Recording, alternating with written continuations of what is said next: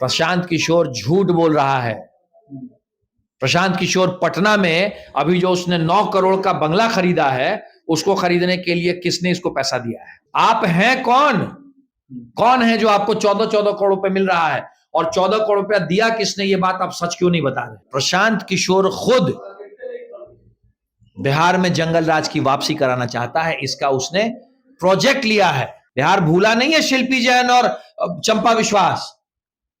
इन्हीं के राज में शिल्पी जैन और चंपा विश्वास जैसे नृशंस घटिया उदाहरण है हमारे पास। बिहार में कांग्रेस की CWC की बैठक को लेकर पूरी हलचल मची हुई है।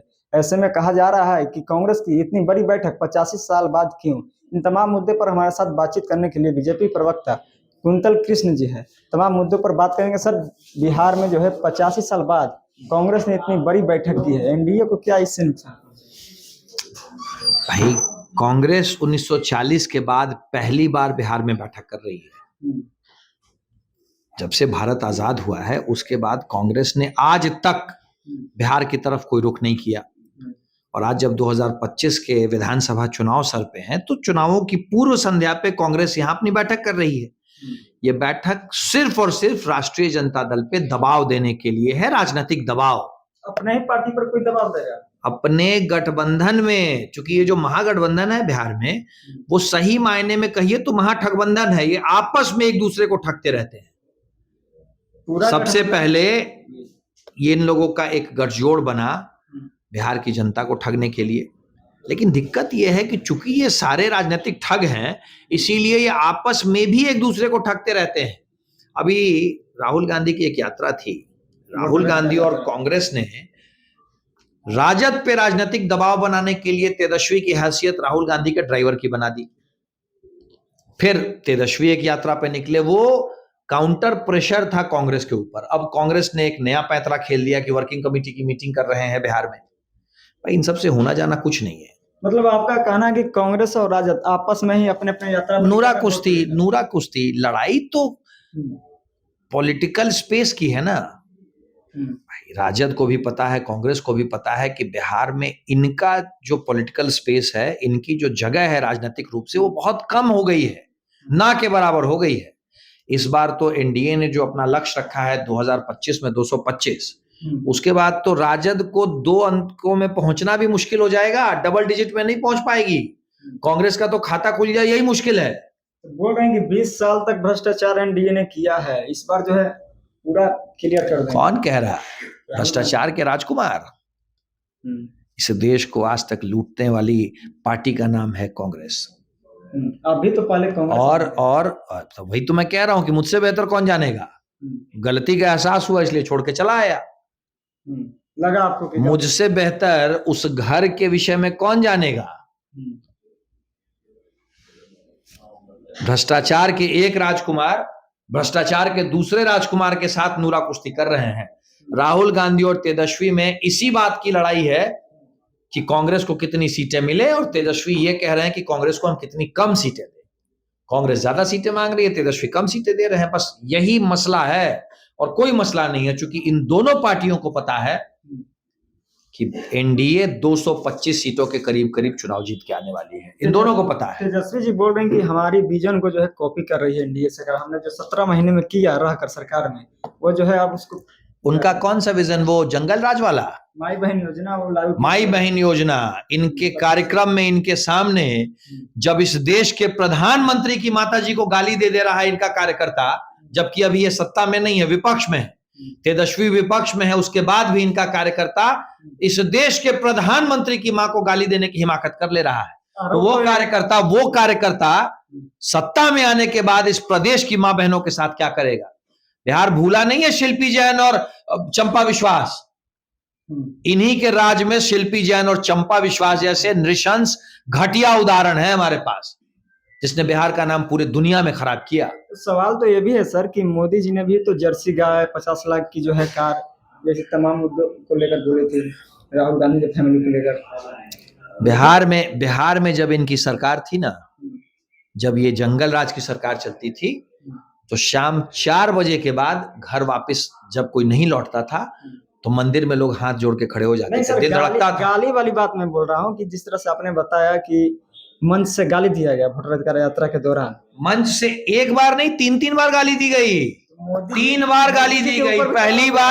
पहली बार कांग्रेस के मंच से, राहुल गांधी के मंच से, दूसरी बार कांग्रेस के ट्विटर अकाउंट से, और तीसरी बार तेजस्वी के सामने उनके कार्यकर्ता ने। जो व्यक्ति अपने कार्यकर्ताओं को प्रधानमंत्री जी की स्वर्गवासी मां के विषय में अपशब्द करने से नहीं रोक रहा है, इसका मतलब उसकी मौन स्वीकृति है कि ये काम तुम करो। इस देश के प्रधानमंत्री की माता जी जो अब हमारे बीच में नहीं है, उनकी इज्जत जब ये नहीं कर रहे हैं, तो फिर आम हमारी माताएं बहनें हैं, उनकी इज्जत के साथ क्या खिलवाड़ करेंगे? इसका उदाहरण इनके काल में रहा है। राजद जब सरकार में थी तो इस प्रदेश की माताओं बहनों की क्या स्थिति थी, ये तथ्य है, तथ्य। इसीलिए मां बहनों के सम्मान की बात ये राजद और कांग्रेस के मुंह से अच्छी नहीं लगती है। सर एक मिनट सर, आप प्रशांत किशोर पर आएंगे। बड़ी आरोप लगा रहे हैं आपके पार्टी एनडीए सरकार पर, अशोक चौधरी पर भी आरोप लगाए हैं कि 200 करोड़ का गड़बड़ी किए हैं, तो क्या सच्चाई है सर? प्रशांत किशोर एक राजनीतिक बहेलिया है, राजनीतिक फ्रॉड है, बिहार का नया नटवरलाल है। बिहार बदलाव के लिए झूठ के साथ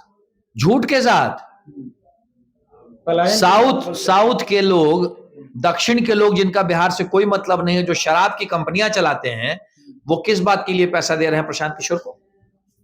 किस बात का पैसा मिल रहा है? किस बात की दलाली का पैसा है? बिहार के लोग जानना चाहते हैं ये बात। आप हैं कौन है जो आपको 14 करोड़ रुपए मिल रहा है, और 14 करोड़ रुपया दिया किसने? ये बात आप सच क्यों नहीं बता रहे? बोल रहे हैं कि वो तो विदेश से इनकम किए हैं, कई सरकारें बनाई हैं, सहयोगी रहे।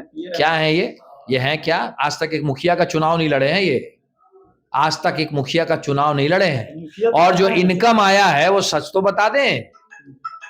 प्रशांत किशोर झूठ बोल रहा है।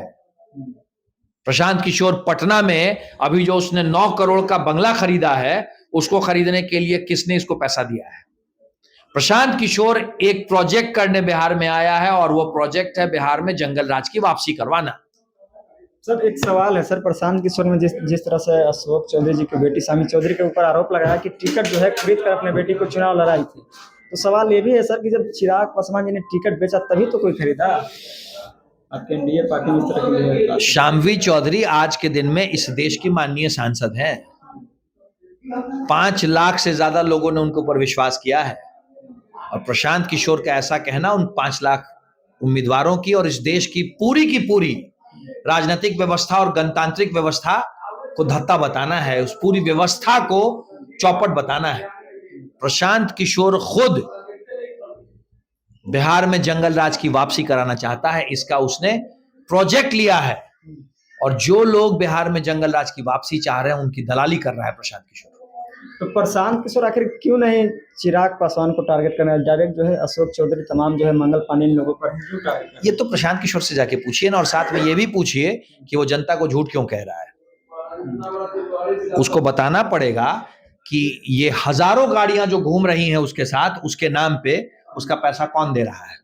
उसको बताना पड़ेगा कि ये जो स्विस टेंट एसी के साथ जो हर गांव में लेके घूम रहा है, ये उसका पैसा कौन दे रहा है, कौन है जो उसको फंड कर रहा है बिहार में राजनीतिक अस्थिरता लाने के लिए, उसको बताना पड़ेगा। तो क्या इस बार सर चुनाव एनडीए जो है, इस बार सीएम नीतीश कुमार मतलब रहेंगे या नहीं रहेंगे? बिल्कुल 2025 का चुनाव एनडीए नीतीश कुमार जी के नेतृत्व में ही लड़ रही है। हमारे नेता क्या कहना है सर, एक मिनट, कि एनडीए के पास कोई विजन नहीं है कि सीएम कौन है, क्लियर होता ही नहीं है, ये लोग तो खुद बाद में बताते हैं। भाई एनडीए हम हैं, हम कह रहे हैं कि नीतीश कुमार जी के नेतृत्व में चुनाव लड़ना है, पहले ही मतलब घोषित आप लोग कर दें। तो और घोषणा कैसे की जाती है? आपके सामने कह रहा हूं, मैं भारतीय जनता पार्टी का अधिकृत प्रवक्ता हूं। अब हमारा नेता कौन होगा इसका निर्णय विपक्ष करेगा क्या? नहीं, विपक्ष नहीं करेगा है कि पहले वो लोग बताते नहीं, चुनाव के बाद मुद्दों की बात करें, कुछ नहीं है। विपक्ष सबसे अब मुद्दा ये है कि नेता विपक्ष की कुर्सी बचेगी या नहीं तेजस्वी की, इस पे बात करें, जाए पहले कांग्रेस से निपटे। हमारे बीच की जो बात है हम समझ लें। चलिए, बहुत बहुत धन्यवाद सर। तो हमारे साथ सर थे जिन्होंने बताया साफ तौर पर कि किस तरह से एनडीए सरकार जो है फिर इस बार हम 2025 में सरकार बनाएंगे। बाकी आप क्या कुछ सोचते हैं, अपना कमेंट दीजिए। देखते रहिए द एक्टिविस्ट, मैं कुमार।